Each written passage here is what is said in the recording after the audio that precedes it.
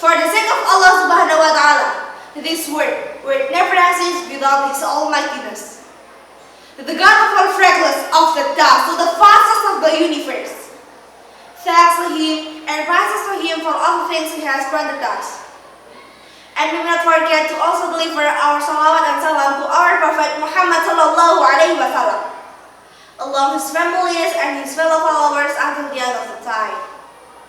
Ladies and gentlemen, in this happy and blessed moment, we are gathering in this lovely place, where in the next few minutes, I, NADYA KAMILA FAHAHYYA BIRROUDHOH from MTs JAWA Malang, would like to thank Chairman who has assigned me and provide the opportunity to deliver my speech entitled The Rule of Madrasah and Greeting National Leaders.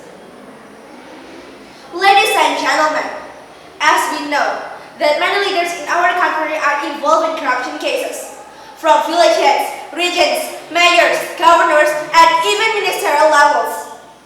It still has been crystal clear in our memories the recent corruption of social fund for COVID, which was carried out by the Minister of Social Affairs, Juliari Batubara, with a fantastic value of more than 3 trillion.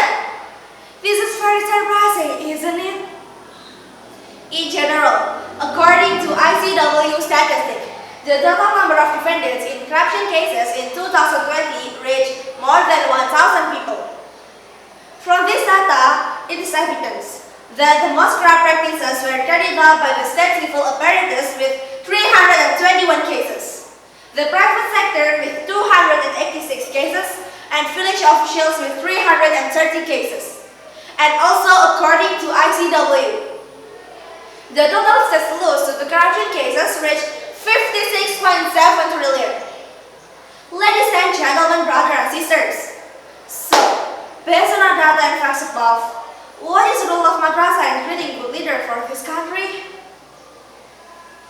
Madrasah is a distinctively religious school of Islam, which emphasizes on teaching Islamic religion without ignoring common subjects. For example, learning the Quran with lessons. We learn about the Al-Quran hadith on how to read and write the verses of Al-Quran properly. Islamic cultural history lessons. We learn about the story of development of Islamic religion. In ancient times to be learned as an example that can be applied in our lives. Akidah akhlak lesson.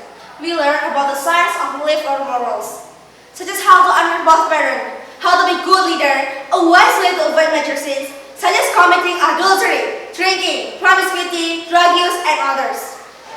Jurisprudence subjects that learn about the way of religious knowledge, such as how to pray correctly by the actual rules, a judge who is honest and trustworthy, and others.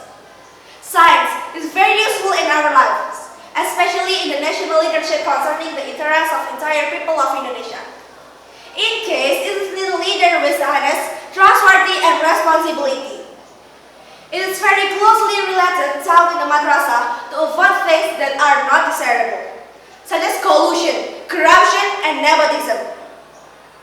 From the various kind of Islamic knowledge taught in the madrasah, I am very optimistic that madrasah are able to create good leaders for our beloved country. Our history record that many madrasah alumni have become leaders for this country. For example, the first Kiai Haji Abdurrahman Wahid, who is the 4th President of Indonesia. His figure is very much with awards and titles. He gained approximately 10 titles as honorary doctorates from the various universities abroad. One from the Sorbonne in Paris, France. Second, Mahfud MD, alumni MI Ahmadiyah Pamekasan Madura. He is a former chairman of the Constitutional Court, the former Minister of Law and Human Rights, the former Defense Minister. Third, Muhammad Nur, a former Minister of Education and Cultural Rights of Indonesia, a former Minister of Communication and Information. Fourth, Hidayat Nur Wahid, a former Chairman of the People's Consultative Assembly. Fifth, Din Syamsuddin, a former Chairman of the Indonesia Ulama Council, and many more. They are all great madrasah graduates. They all lead the country with an honest and trustworthy to expect the blessing of Allah alone. What is important to be highlighted that none of them was associated with corruption case.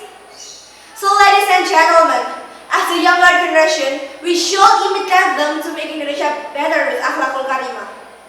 That's all for me. And the last, I say, Wassalamualaikum warahmatullahi wabarakatuh.